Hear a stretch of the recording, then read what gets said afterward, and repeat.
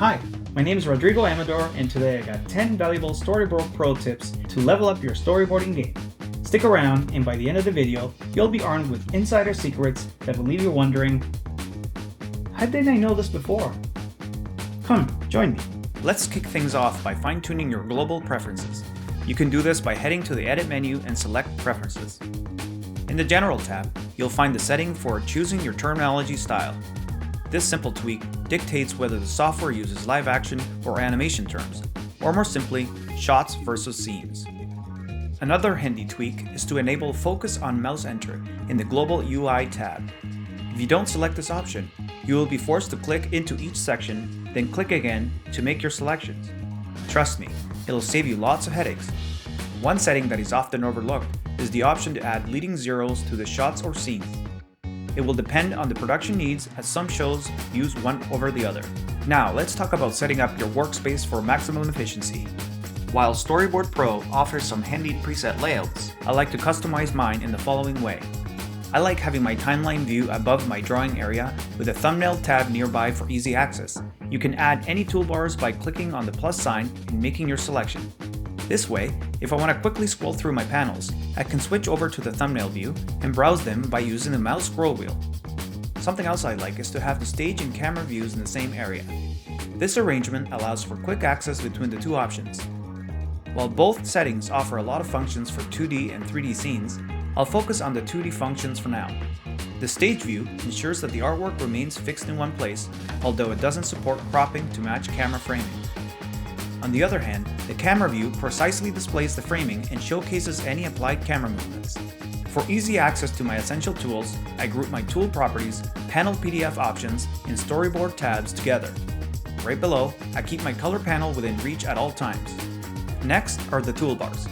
I prefer to double stack them and slide them around until I find that perfect spot on my screen. It's all about creating a workspace that suits your eye.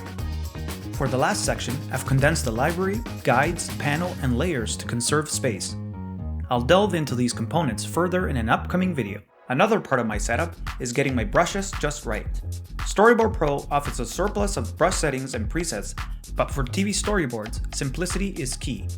I stick to just two main vector brushes, a 15-point and a 45-point. I always opt for the circle vector brush with a maximum size of 15 and a minimum of 5%.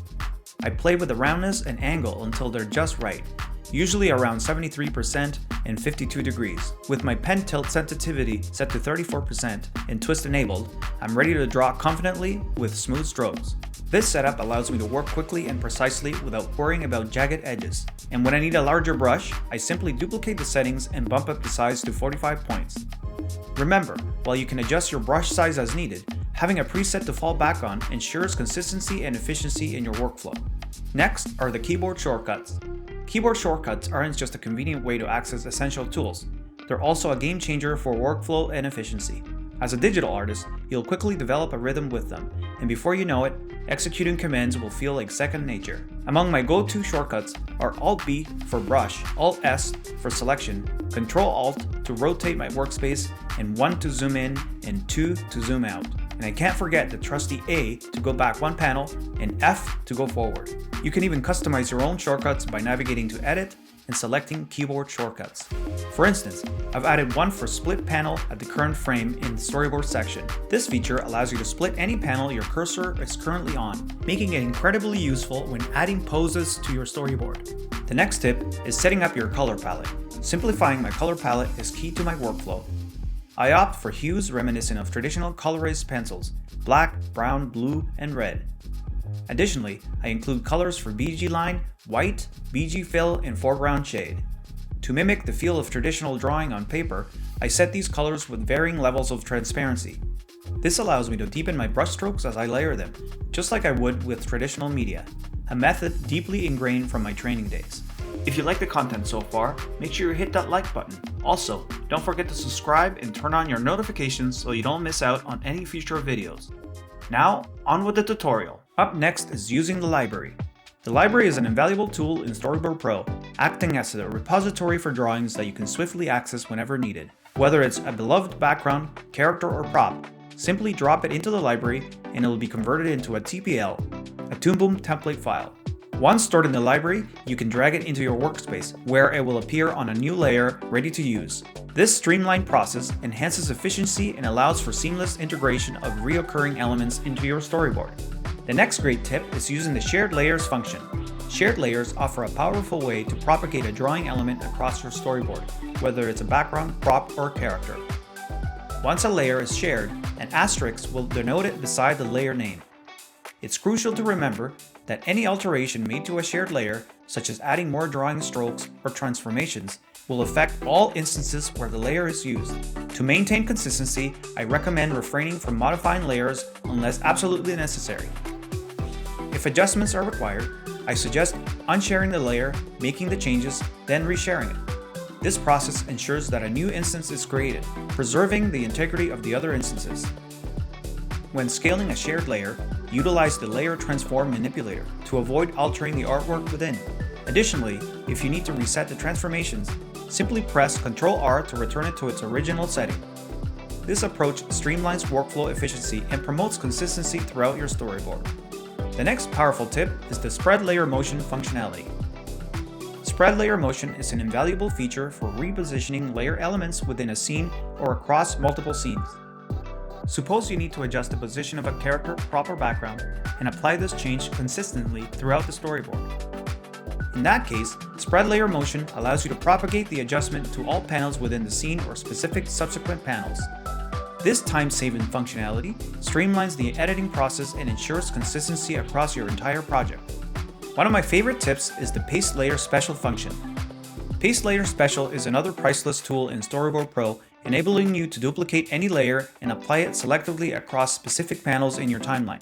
While there are several options available, my preferred setting is the once hold and override existing layers with the same name. This effectively applies a hold on the layer across time, ensuring consistent presentation throughout your storyboard. Last but certainly not least, let's talk about the epic time saver, the Generate Auto Matte feature. Drawing in Storyboard Pro typically occurs on a transparent layer, meaning that the underlying elements might unintentionally bleed through. To remedy this, you could painstakingly use the Paint Behind tool, but who wants that? Enter the Auto Matte feature that automatically generates a color fill based on the perimeter contours of your drawing element.